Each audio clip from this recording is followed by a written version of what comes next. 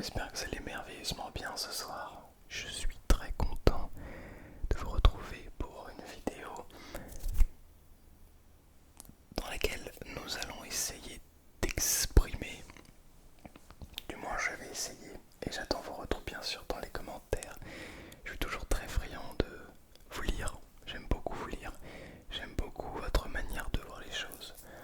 Certains ne sont pas d'accord parfois, et c'est très agréable d'en discuter. Il y a très peu de commentaires, il n'y en a même pas en fait, des commentaires méchants, sans réflexion.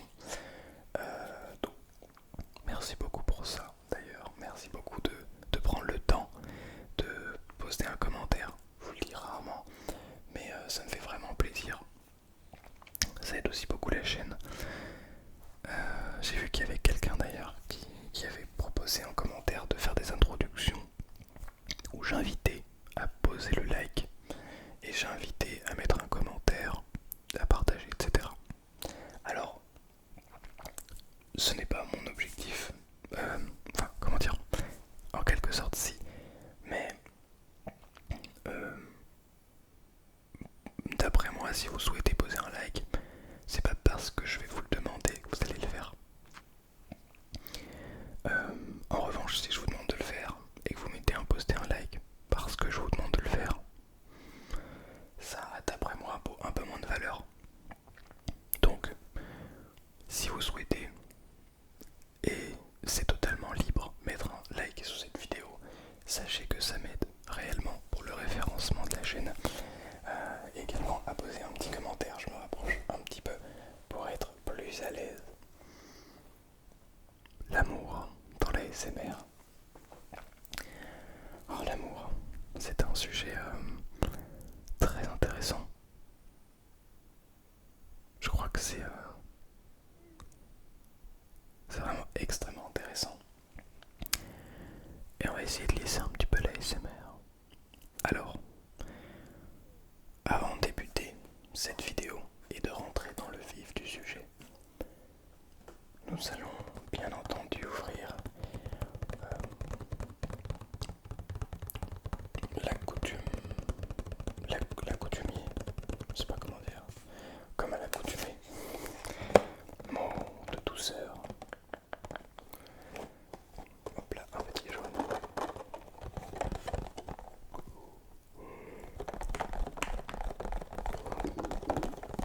Je viens tout juste de me réveiller, donc je risque de bailler pas mal dans cette vidéo. Je ne dors pas beaucoup, donc complicado. Ce n'est pas un exemple, bien entendu. Je vous recommande de dormir le temps qu'il vous faut. C'est très très important pour être plus efficace dans son travail, pour prendre plus de plaisir à se réveiller également. Parce que se réveiller après avoir dormi 5 heures, c'est pas mon cas, ne vous inquiétez pas. Mais c'est jamais agréable. Et surtout après, on perd beaucoup de temps, d'efficacité. Bien. Le mot de bonheur.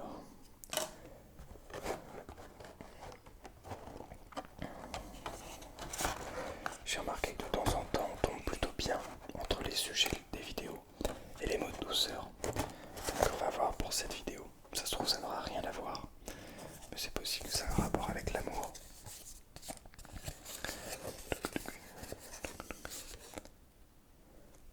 Alors, après le verbe aimer, aider est le plus beau verbe du monde. Je vous jure, j'ai pas fait exprès. Après le verbe aimer, aider est le plus beau verbe du monde. Aimer, donc le verbe aimer, j'aime quelqu'un. Au cas où vous n'arrivez pas à bien comprendre. Aimer, aider, l'aide est le plus beau verbe du monde. De Bertha von Suttner. Je ne connais pas. Très intéressant. Je crois que les deux ont un lien un petit peu. Les deux sont un petit peu liés en quelque sorte. On aide, aider,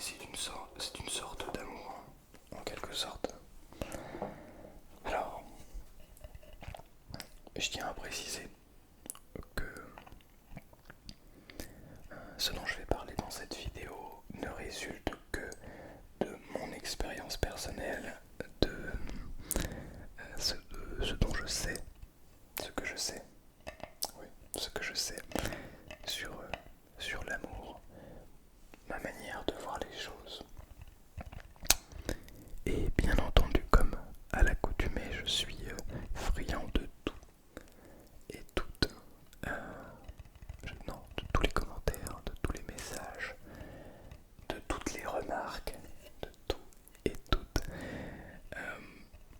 les interactions que nous pourrions avoir ensemble pour essayer de développer ce sujet et toujours en apprendre plus parce que c'est tellement un sujet philosophique, vaste et très intéressant. Je pense qu'en une vie on n'a pas assez de le comprendre. Bien, l'amour, je crois que c'est un petit peu comme l'ASMR, mine de rien.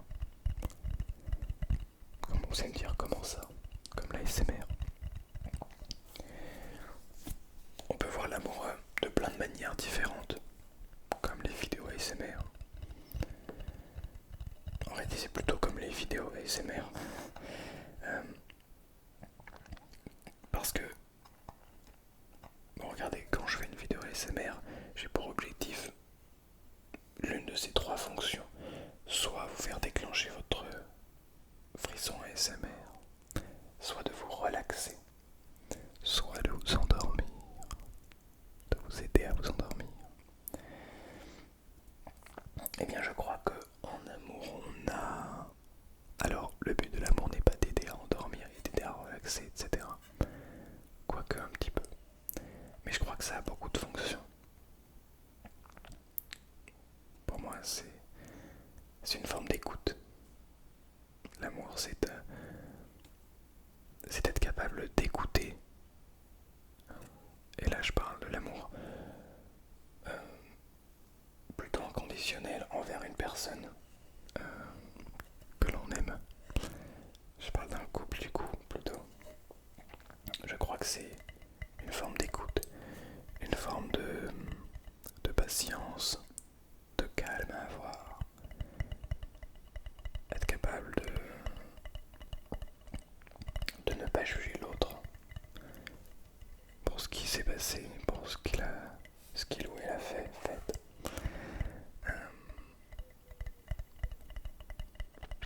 C'est très difficile, je pense. Alors bien sûr, ça dépend. Il y a toutes les situations possibles et imaginables. On va pas toutes les décrire ici. Mais je crois que de manière générale, quand quelque chose va ou ne va pas, c'est une forme d'amour que d'être capable d'écouter sans émettre un jugement, sans dire quelque chose comme bah, de toute façon je te l'avais dit ou des trucs comme ça. Oui. Être capable d'écouter si quelqu'un, je vous donne des exemples pour que ce soit peut-être plus parlant, si votre partenaire se retrouve à vous parler de ses émotions négatives, je me sens triste, je me sens pas bien, je me sens en colère, etc. etc. Et bien ce qu'on va peut-être naturellement avoir tendance à penser, ça va être quelque chose comme, je sais pas, ça dépend de la situation bien entendu, mais on va directement essayer de lier ça à nous, voire à notre relation. Quand on a du mal à écouter justement, on va se dire, attends, cette personne sent triste, mais est-ce que ça veut dire que je fais pas bien ceci, je fais pas bien cela, alors que c'est très majoritairement absolument pas lié à nous. Bien sûr, vous pouvez lui poser la question, et c'est le principe de l'écoute aussi, essayer de comprendre. Mais le but, je crois, quand on aime quelqu'un, ce n'est pas de... Comment dire? C'est justement d'être capable de comprendre cette personne le mieux possible, sans se retrouver à la juger. Un petit peu une sorte de travail de psychologue finalement, de psychothérapeute. Un travail de jugement sans réfléchir à qu'est-ce qu'on pourrait dire après, mais juste écouter. Une réelle et profonde écoute. Alors, je suis pas en train de dire que c'est un travail de psychothérapeute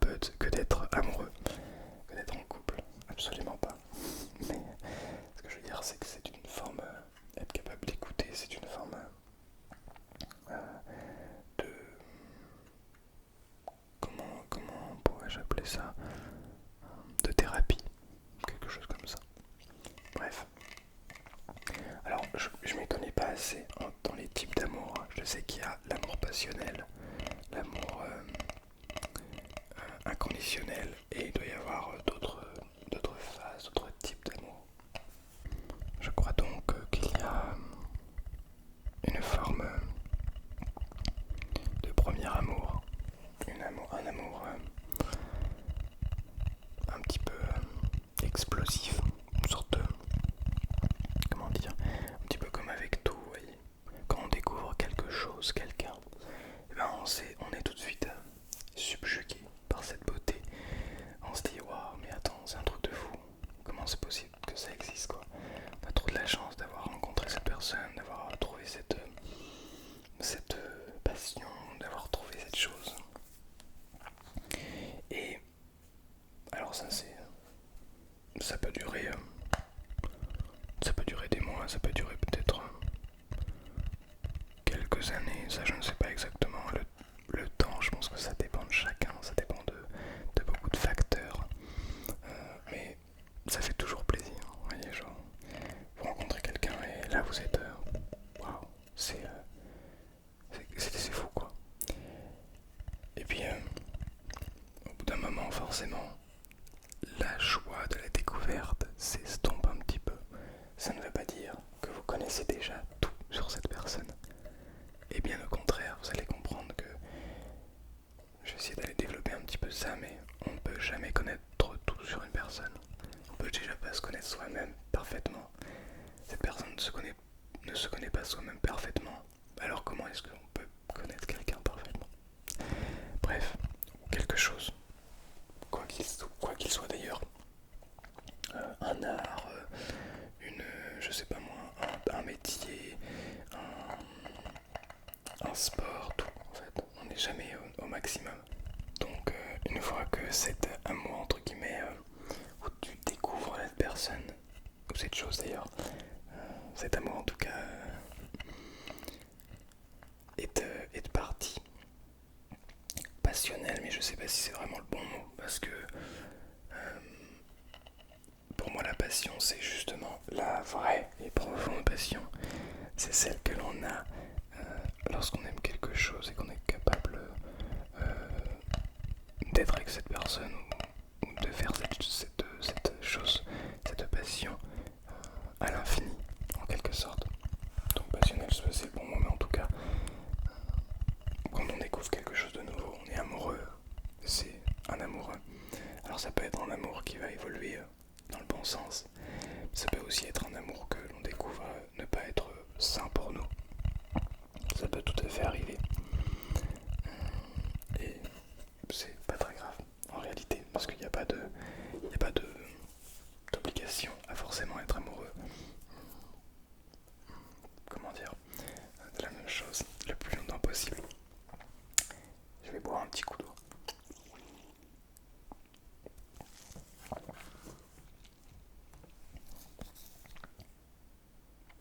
Alors pour vous dire la vérité, il y a une tondeuse qui passe à côté. Alors évidemment elle passe jamais quand je ne tourne pas de vidéo. Et quand je tourne une vidéo, elle démarre, et elle se met à tondre. C'est bon pour vous, ça me saoule. Bref, du coup je perds un petit peu le fil de ce que je voulais vous raconter. Donc pour continuer, je crois que l'amour c'est la découverte constante. En fait, quand d'abord on découvre quelque chose, on est en joie, tu vois, on a l'impression qu'on a fait la plus grande découverte du siècle, qu'on devient hyper cultivé, mais surtout qu'on apprend, et il n'y a pas de meilleure sensation que d'apprendre quelque chose.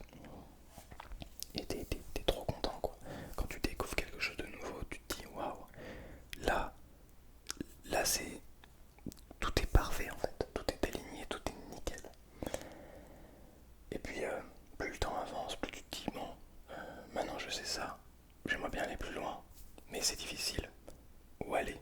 Quoi faire? Comment faire? Et là, je crois que c'est là où il faut être capable d'être un petit peu inventif. C'est aussi pour ça que je vous disais que c'était un petit peu comme l'ASMR. En fait, l'ASMR, moi j'en suis tombé amoureux de la création de vidéos. Mais c'est pas parce que je pense que j'en suis passionné et que j'en suis tombé amoureux qu'il n'y a pas des moments où je me dis oh, flemme de tourner une vidéo. Oh, non, c'est trop, c'est dur, ça demande du temps. Là, j'ai envie de faire autre chose. Ça veut pas dire que, en fait, non, je suis pas passionné et que j'ai menti sur toute la ligne, je me mens à moi-même. Ça va pas du tout. Non, pas forcément. Enfin, je crois pas. Parce que là, par exemple, je suis très content.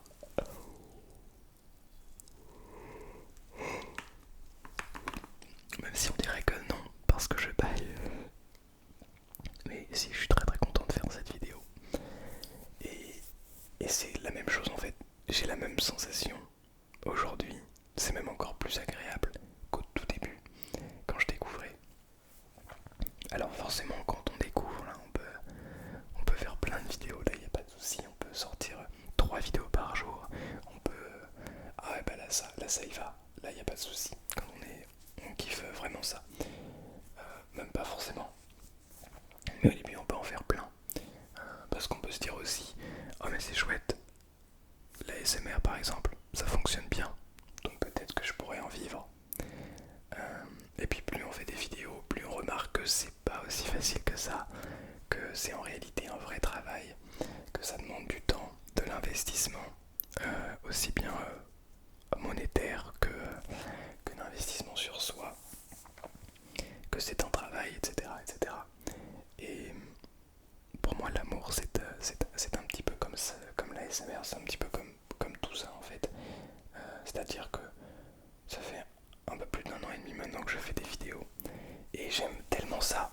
En fait, comment vous expliquer que j'aime tellement ça que je redécouvre et je continue à apprendre des choses dans ce que je sais déjà. Pour vous donner un exemple, je suis allé sur le tournage d'un podcast récemment avec une équipe de tournage, voilà, un truc très professionnel, des mecs très professionnels. Et moi j'étais là avec mon Lumix G80, avec mon objectif qui me permet d'avoir un petit fou d'arrière-plan plutôt sympa, une belle qualité, etc. Et j'arrive avec mon Lumix et je dis du coup je peux vous poser ça où pour vous aider et tout, pour faire un autre plan. Ils sont là en mode ah t'as un Lumix G80, c'est un peu nul ça.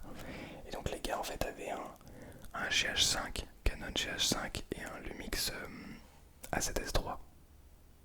Voilà, donc c'est les deux meilleurs appareils photo sur le marché, à l'heure actuelle en tout cas. C'est des appareils qui coûtent 7 000 € l'unité. Le mien a coûté 700, voilà. Donc on est sur du matos 10 fois plus élevé. Moi qui croyais, je croyais, mais profondément, en y allant. Et ça me fait mal de l'admettre, enfin ça me fait pas mal de l'admettre, mais je l'admets. J'y allais en me disant je vais rien apprendre. Parce que je sais déjà beaucoup de choses sur les caméras, sur la colorimétrie, sur l'image, etc., etc. C'est faux. Je ne sais rien du tout. Je ne sais rien du tout. J'ai découvert là-bas plein de trucs en fait. Non, je ne sais rien du tout. Et c'est hyper intéressant en fait. Parce que t'arrives dans un endroit, dans un milieu où tu te dis je maîtrise quand même un peu. Ça fait quoi 6 ans que je fais des vidéos sur internet. Ça fait on va dire 3 ans à peu près que je m'intéresse vraiment à la vidéo, au son, etc. Alors en termes de son, peut-être que je m'y connaissais un peu plus qu'eux. C'était pas des professionnels en son. Il m'a expliqué le fonctionnement du Zoom H4n par exemple, celui que j'utilise. Donc il m'expliquait tout, puis après je dis ouais j'ai le même en fait. Et il me fait ah ok donc tu connais. Donc pour le coup en termes de son ça allait à peu près. Mais en termes de caméra, je suis hyper loin de mes connaissances. Des connaissances possibles et imaginables. Et c'est ça que je veux vous dire en fait. C'est que l'amour on peut toujours apprendre. Quand on a l'impression qu'on sait déjà beaucoup de choses, et ben on sait rien en réalité. Quand tu te dis vas-y je vais apprendre tout ça, tu vois. Donc tu apprends tout ça. Tu te dis une fois que j'aurai appris tout ça, je connaîtrai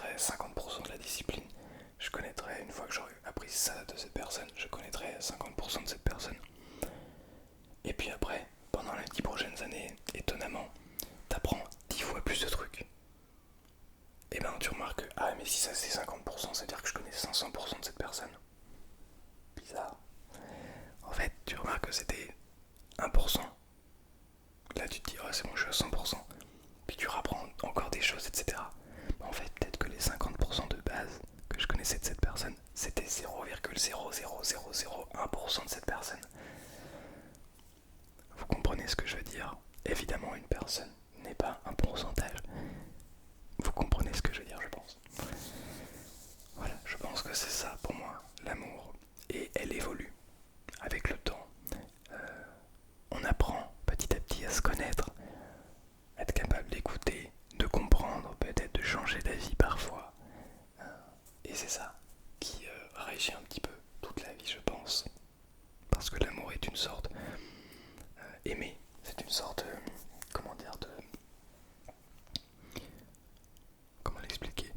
Quand on dit qu'on aime quelque chose ou quelqu'un, c'est que on a profondément envie d'avoir cette chose, cette personne ou cette compétence dans notre vie.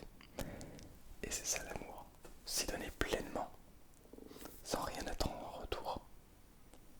De la simple